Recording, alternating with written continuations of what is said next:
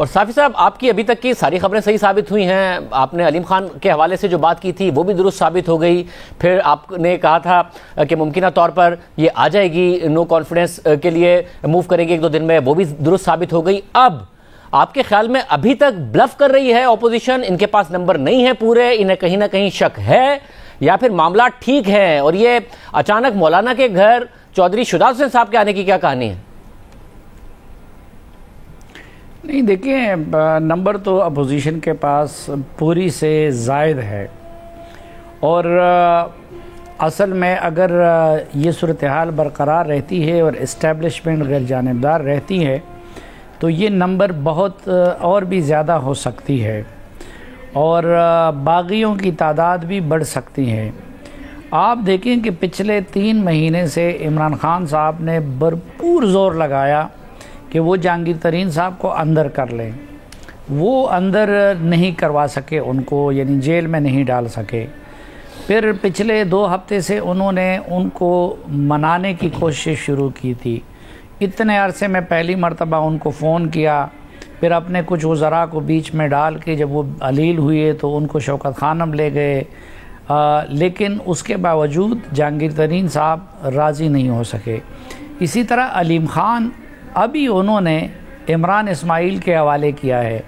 لیکن علیم خان صاحب کو پچھلے مہینے 1.5 سے عمران خان صاحب رام کرنے کی کوشش کر رہے تھے، تو وہ ان کو رام نہیں کر سکے. تو آگے جا کے اگر تو اسی طرح اسٹیبلشمنٹ نیوٹرل رہتی ہے تو میری معلومات کے مطابق قاف لیگ تو ظاہری بات ہے کہ اب وہ بھی اس طرف آ سکتی ہے پھر،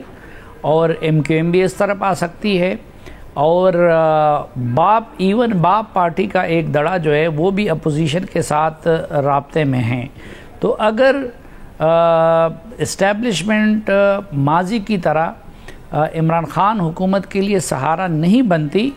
تو پھر وہ ان جماعتوں کے لیے بھی میسج ہوگا، اور ان کے پولیٹیکل فیوچر کے لیے بھی ضروری ہے، اور ماضی کا غصہ یا اپنی بے توقیری کا بدلہ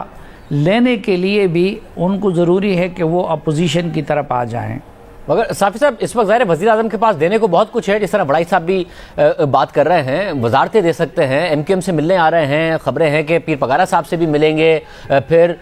پنجاب میں اگر قاف لیگ کو کچھ دے دیتے ہیں تو گیو اینڈ ٹیک کر کے، اور جو ناراض اراکین ہیں ان سے کچھ پرومسز کر کے، یا پھر نواز کے، ابھی تک ہے چانس کہ وزیر اعظم اس کو ریورس کر سکے، یا آپ کو بھی لگتا ہے کہ اب زیادہ تر چانسز یہی ہیں کہ اپوزیشن کامیاب ہو جائے گی؟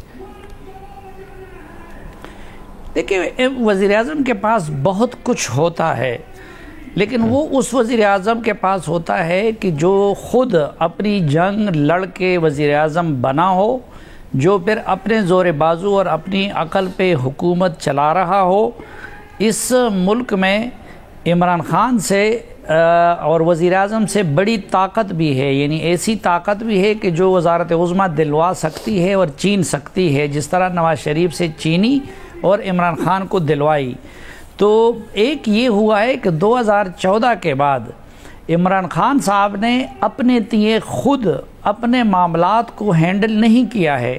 ان کے لیے میڈیا کو کہیں اور جگہ سے مینیج کیا جاتا رہا. ان کے لیے یہ پارٹی میں جہانگیر ترین سے لے کر شاہ محمود قریشی تک اور اسد عمر سے لے کے علیم خان تک یہ سب لوگ کچھ اور لوگ لائے تھے، اور پھر اس دوران اگر ان کے پارلیمنٹ کے اندر مشکلات آتی تھی، ان کے لیے عدالت مینیج کرنا ہوتا تھا، تو وہ سب کسی اور طرف سے ہوتا تھا. تو وہ ماضی کے وزراء اعظم کی طرح سیاسی کھیل کا تجربہ بھی حاصل نہیں کر سکے ہیں، کیونکہ ابھی تک انہوں نے خود کچھ کیا ہی نہیں تھا. ریسنٹ پاسٹ میں وہ پہلی مرتبہ خود ان کو نمٹنا پڑ رہا ہے اس سچویشن سے. اور ان کا پھر المیہ یہ ہے کہ جو پولیٹیکل فگرز تھے یا پولیٹیکل مائنڈز تھے ان کی پارٹی کے اندر بھی، مثلا انہوں نے 2 بندوں کو ٹاسک دیا ہے ناراض لوگوں کو منانے کا، ایک پرویز خٹک صاحب کو اور دوسرا شاہ محمود قریشی صاحب کو. اب پرویز خٹک صاحب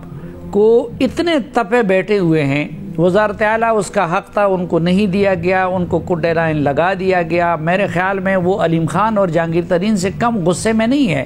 تو ایک ناراض دوسرے ناراض کو منانے میں کتنا سنجیدہ ہوگا۔ اسی طرح شاہ محمود قریشی صاحب، وہ بھی عمران خان کے گڈ بکس میں نہیں ہے، تو ان کے پاس اب اتنے پولیٹیکل لوگ نہیں ہیں کہ جو ان کے مرضی کے بھی ہو، قریبی بھی ہو، اور وہ جا کے ان سے یہ کام لے سکیں۔ انہوں نے زیادہ تر باہر سے آئے ہوئے لوگوں کو اور نئے چہروں کو اور مشکوک لوگوں کو اپنا مین مناصب دیے ہوئے تھے، تو ان کے پاس مینیجر بھی نہیں ہے اس طرح کے کرائسس کو مینیج کرنے والے۔